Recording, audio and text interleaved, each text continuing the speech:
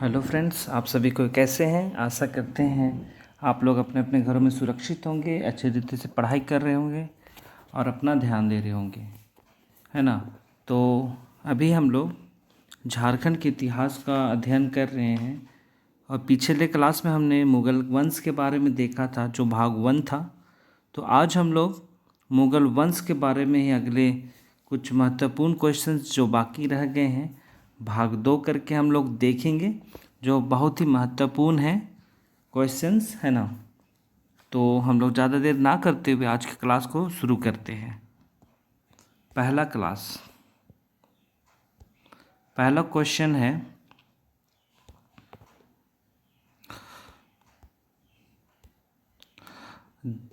दुर्जन साल झरोखा दर्शन के लिए क्या का इस्तेमाल करते थे, है ना।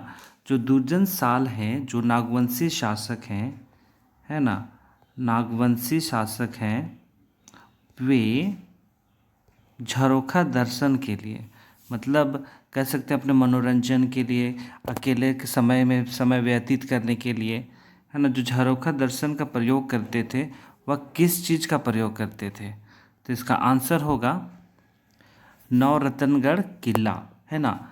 जो नवरत्नगढ़ किला है, जिसको दोयसा नगर भी कहते हैं, दोयसा गढ़ भी कहते हैं, जो दुर्जन साल ने अपनी राजधानी बनाई थी, नागवंशी राजधानी बनाई थी, जो गुमला जिले पे स्थित है, सिसई प्रखंड में पड़ता है ना। तो वे अपना झरोखा दर्शन के लिए इस किले का प्रयोग करते थे। ठीक है, अगला क्वेश्चन है, नवरत्नगढ़ किले का स्थापत्य कला क्या है ना। जैसे कोई भी हम लोग बिल्डिंग्स देखते हैं, है ना, प्राचीन बिल्डिंग्स, पुराना बिल्डिंग सब जो रहता है, इमारत होता है, वो हर कुछ ना कुछ कला, स्थापत्य कला के आधार पे ही हर एक चीज़ का निर्माण किया जाता है ना। तो ये जो नवरत्नगढ़ का किला है, उसका जो स्थापत्य कला है वो मुगल कला को आधार पर रख के निर्माण किया गया था। क्योंकि ये किला को मैंने देखा है, तो वो एकदम मुगल के आधार पे ही इस्लामिक जो आर्किटेक्ट होता है, इस्लामिक स्थापत्य कला होता है, उसी के आधार पे इस किले का निर्माण किया गया है। ठीक है, तो अगर क्वेश्चन आता है नवरत्नगढ़ का किला किस स्थापत्य कला के पर आधारित है, तो इसका आंसर होगा मुगल कला। ठीक है,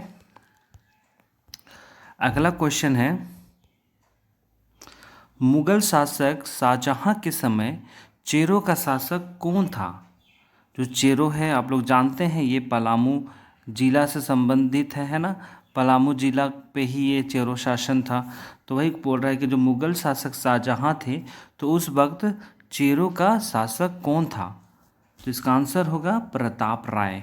ठीक है, प्रताप राय इसके शासक थे, चेरो वंश के। अगला क्वेश्चन है, दाऊद खान के आक्रमण से भयभीत होकर किस शासक ने इस्लाम धर्म स्वीकार कर लिया था, है ना। जो दाऊद खान थे वे आक्रमण करते हैं, और वहाँ का जो एक राजा है, तो वो कौन राजा जो था, कौन शासक था जो दाऊद खान के आक्रमण से भयभीत होकर, मतलब उस पर आक्रमण ना करे, तो उसको देखते हुए उन्होंने इस्लाम धर्म को स्वीकार कर लिया था। तो वह शासक का नाम था चुन राय, है ना। ये जो चुन राय थे कुंडा के शासक थे, है ना, कुंडा के शासक थे, जो पलामू में ही स्थित है। ठीक है, पलामू को ही अगर कहा जाए तो इसका प्राचीन नाम कुंडा था, है ना। तो ये कुंडा के शासक थे, कुंडा के शासक थे ये चुन राय, जो दाऊद खान के आक्रमण से डर के भयभीत होके उन्होंने ये इस्लाम धर्म को स्वीकार किया था। ठीक है, किसने किया था, चुन राय ने। हम अब आगे जाएंगे, अगला क्वेश्चन है, पलामू विजय पर दाऊद खान ने किस जगह पर मस्जिद का निर्माण कराया, है ना। जब दाऊद खान पलामू विजय प्राप्त कर लेते हैं, उसके उपलक्ष्य पे उन्होंने एक मस्जिद का निर्माण कराया था, और वो मस्जिद पलामू किले मतलब पुराने किले पे स्थित है। पुराने किले पे उन्होंने अपना मस्जिद का निर्माण कराया था, है ना। ये जो पलामू किला है, दो पलामू किला है, एक नया पलामू किला है और एक पुराना, ठीक है, जो अगल बगल ही बना हुआ है। तो दोनों का एक अच्छा इतिहास है, ठीक है। दोनों ऐतिहासिक रूप से बहुत ही महत्वपूर्ण है। अगला क्वेश्चन है, किस शासक ने पलामू के कृषि के क्षेत्र में कई महत्वपूर्ण कार्य किए थे, है ना। तो किसने किए थे? मेदिनी राय थे, है ना। मेदिनी राय ने ही कृषि के क्षेत्र में मतलब पलामू में ही उन्होंने एक बहुत महत्वपूर्ण कार्य किए कृषि के क्षेत्र में, है ना। वे कृषि के क्षेत्र में कई नई विधियों को लाए, व्यवस्थाओं को लाए, जिससे उसका जो ये राज्य था, पलामू राज्य था, वो उस वक्त में कृषि प्रधान राज्य बन गया था, है ना। ये जो पलामू है, ठीक है। अगला क्वेश्चन है, किस शासक के शासनकाल में चेरो वंश का स्वर्गयुग कहा जाता है ना। जैसा अभी मैंने बताया, है ना, इसका आंसर होगा मेदिनी राय, है ना। जैसा अभी हमने बताया था कि मेदिनी राय के जो शासन था उस समय उसका जो ये राज्य था वो कृषि प्रधान क्षेत्र बन चुका था, है ना। उन्नत कृषि शुरू हो चुकी थी वहाँ मेदिनी राय के समय ही। नई विधियों का, नई व्यवस्थाओं का लाना कृषि के लिए, तो ये इसके चलते ये जो पलामू है, इसका जो चेरो वंश है वो स्वर्ण युग कहलाने लगा। किसके शासनकाल में? मेदिनी राय के शासनकाल में, ठीक है। इतना समझ में आ गया। अगला क्वेश्चन है, रघुनाथ शाह को नागवंशी परंपरा के आधार पर उनका क्या नाम से जाना जाता था, है ना। जो ये जो रघुनाथ शाह थे वो एक नागवंशी शासक थे। जब वे शासक बनते हैं तो उसका नामकरण होता है ना। नामकरण होता है। तो ये रघुनाथ शाह जो हैं जब नागवंशी शासक बनते हैं तो नागवंशी परंपरा के आधार पर उसका क्या नाम कहलाता है? एनीनाथ ठाकुर, है ना। एनीनाथ ठाकुर, इसको याद रखिएगा, ठीक है। अगला क्वेश्चन है,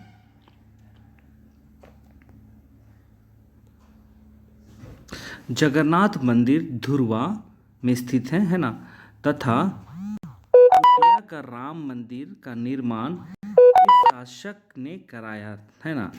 जो जगन्नाथ मंदिर है जो धुरवा में स्थित है और चुटिया का राम मंदिर है उसका निर्माण किस नागवंश शासक ने कराया? तो वो होगा एनीनाथ ठाकुर, ठीक है। ये चीज़ को याद रखिएगा।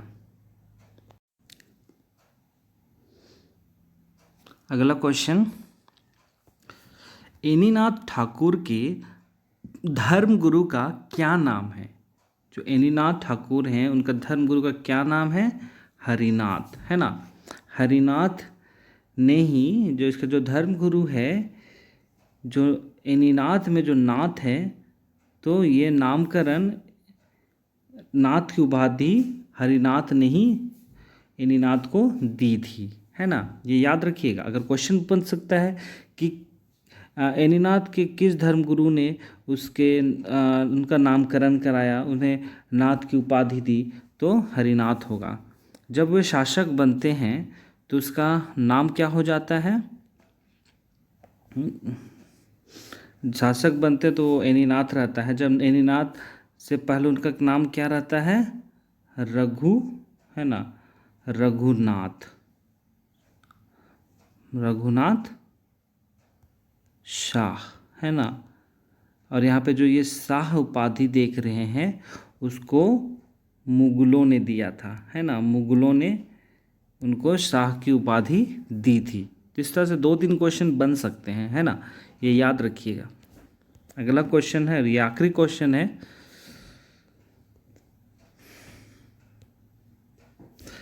मेदिनी राय ने दोयसा से विशाल दरवाजा उठाकर कहाँ स्थापित किए? जो ये मेदिनी राय थे, जो चेरो वंश के शासक थे, उन्होंने दोयसागढ़ पे आक्रमण किया और वहाँ पे विजय हासिल किया। और वहाँ पे ये जो नवरत्नगढ़ था, दोयसागढ़ था, उस पे प्रवेश करने के लिए एक विशाल दरवाज़ा था, है ना, जो बहुत ही आकर्षित था, जो बहुत ही आकर्षित था।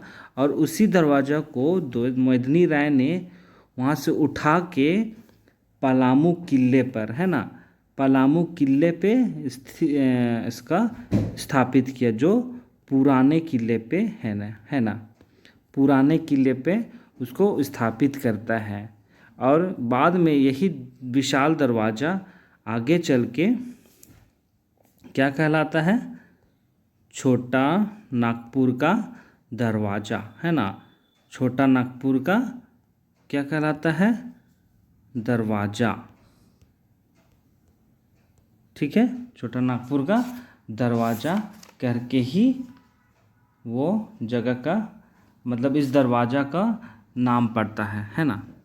या फिर क्वेश्चन ये भी रह सकता है कि छोटा नागपुर का दरवाज़ा कहाँ से लाया गया था, कहाँ स्थापित किया गया है, मतलब इस तरह का क्वेश्चन बन सकता है। ठीक है, या फिर कहीं पे केवल नागपुर का दरवाज़ा भी इस तरह से रह सकता है। ठीक है, तो ये बातों को ध्यान दीजिएगा। तो यहाँ पे हम लोग मुग़ल काल का जो बहुत महत्वपूर्ण क्वेश्चन है उनको हमने देखे। भाग 1 में भी हमने 15-16 क्वेश्चन देखे और भाग 2 में हमने 11 क्वेश्चंस देखे, है ना। तो यहाँ पे हम लोग मुग़ल काल का कुछ महत्वपूर्ण क्वेश्चंस को यहाँ पे समाप्त करते हैं। तो आप लोग अच्छी रीति से पढ़िए, है ना, ध्यान दीजिए हर एक क्वेश्चंस को, क्योंकि हर एक क्वेश्चंस कुछ ना कुछ रूप से बहुत ही महत्वपूर्ण है ना। तो आप लोग ज़रूर ध्यान दीजिए, अच्छी रीति से पढ़ाई कीजिए। तो फिर हम लोग कल झारखंड के आधुनिक इतिहास के बारे में हम अध्ययन करेंगे। ठीक है, झारखंड के आधुनिक इतिहास को लेके मैं कुछ महत्वपूर्ण क्वेश्चंस को बनाऊंगा। जो हो सके तो ये भी भाग भाग में डिवाइड हो सकता है। तो बने रहिए जेके स्टडी के साथ। आप लोग अच्छी रीति से पढ़ाई कीजिए, अपना ध्यान दीजिए, और कुछ भी समस्या हो तो ज़रूर कमेंट्स कीजिए। पीडीएफ चाहिए तो आप लोग भी ज़रूर व्हाट्सएप नंबर सेंड कीजिए, ताकि मैं आप लोगों को पीडीएफ प्रोवाइड कर सकूं। तो आप लोग अपना ध्यान दीजिए, अपने अपने घरों में रहिए, सुरक्षित रहिए और अच्छी रीति से पढ़ाई कीजिए। हम लोग फिर कल मिलते हैं। धन्यवाद।